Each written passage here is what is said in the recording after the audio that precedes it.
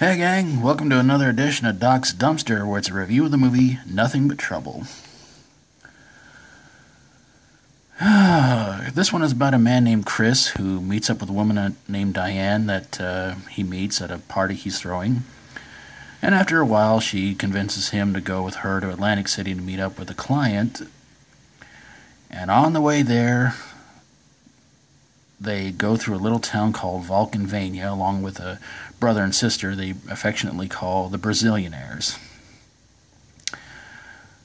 Well, they get pulled over by Officer Dennis because they do not stop at a stop sign. They just keep going.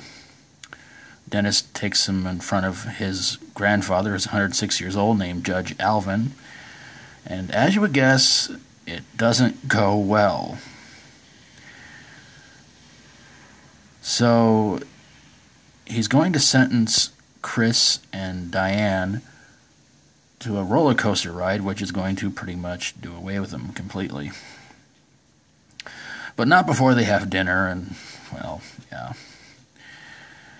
So Chris and Diane are trying to figure out a way to get out of there as best as they can. They're trying to figure out all kinds of ways to get out of the house. And Dennis, after a while, decides to run off with the Brazilianaires. And Dennis tries to help Chris and Diane a little bit out, but it just doesn't work out for him. So Diane manages to escape the house, where she meets up with the judge's two grandsons. I guess they were twins. I'm not 100% sure. They look like twins, but I don't want to get into that. And Chris is pretty much forced into marrying the judge's granddaughter named Eldona. I believe that's how it was pronounced. I think. Or Eldona, I'm not sure. So everything goes from bad to worse for poor Chris. He's getting ready to get on the roller coaster ride, which is going to eventually give him into his imminent doom. But he's able to escape. He and Diane go to the local authorities, tell them all about what happened. A bunch of local police show up at the judge's house, but it turns out the whole thing backfires because, well, they're in on the whole thing with the judge. And speaking of fire, all of a sudden, the surrounding area of the whole town catches fire due to all the coal and everything like that.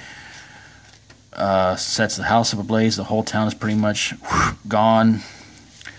And Chris and Diane wind up back in New York. How? I'm not 100% sure. And Chris turns on the TV to find out the judge is still alive and says that him and his granddaughter are going to move in with him, in which he winds up running through a wall. Like an outline of him and everything like that. To pretty much end the movie. And as you can see right there, it stars Chevy Chase, Dan Aykroyd, who wrote and also directed, John Candy, and Demi Moore. And the question is, does this movie belong in a dumpster? No. Okay. I can understand a lot of you guys out there are going to be wondering why, and probably saying, yes, it does. It's kind of another guilty pleasure movie for me, to be honest with you. Is it really an Academy Award-winning movie? No, not by any stretch of the imagination.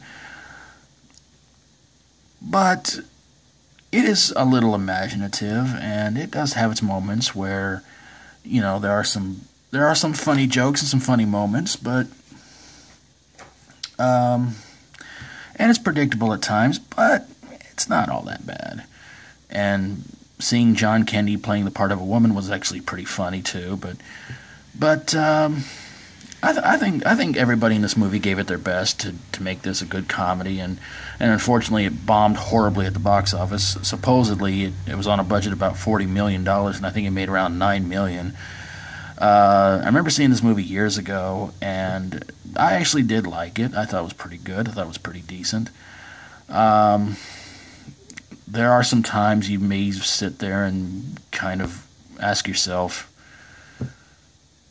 when am I supposed to laugh? But like I said, is it great? No, not by any stretch of the imagination. But I think it does. But I think it deserves being not put into the dumpster because I'm trying to think of a good reason. Well, I like the cast. Chevy Chase puts in his usual funny performance. Dan Aykroyd, bless his heart. He really seemed like he really put in a lot of effort to try and put this movie together, but not really 100% sure why it bombed. But I think that's part of the reason why. I think Dan Aykroyd really put a lot of effort into making this movie. And apparently, I think originally it was supposed to be sort of a fantasy movie, and I think the original title for it was supposed to be Vulcanvania, but for some reason they went with Nothing But Trouble, and I'm not really sure why, but I don't know. But again, great cast, pretty fun movie, and even Digital Underground shows up to perform at the wedding. But there you guys have it, a review of Nothing But Trouble, and how you feel about it, please let me know in the comments below. And if you like my videos, feel free to subscribe. And if you have a movie you think belongs in a dumpster with a pretty good cast, but it turned out to be pretty bad, send it my way and I'll get on it ASAP. Thank you guys so very, very much for watching. And until next time, as always, stay strong and rock on.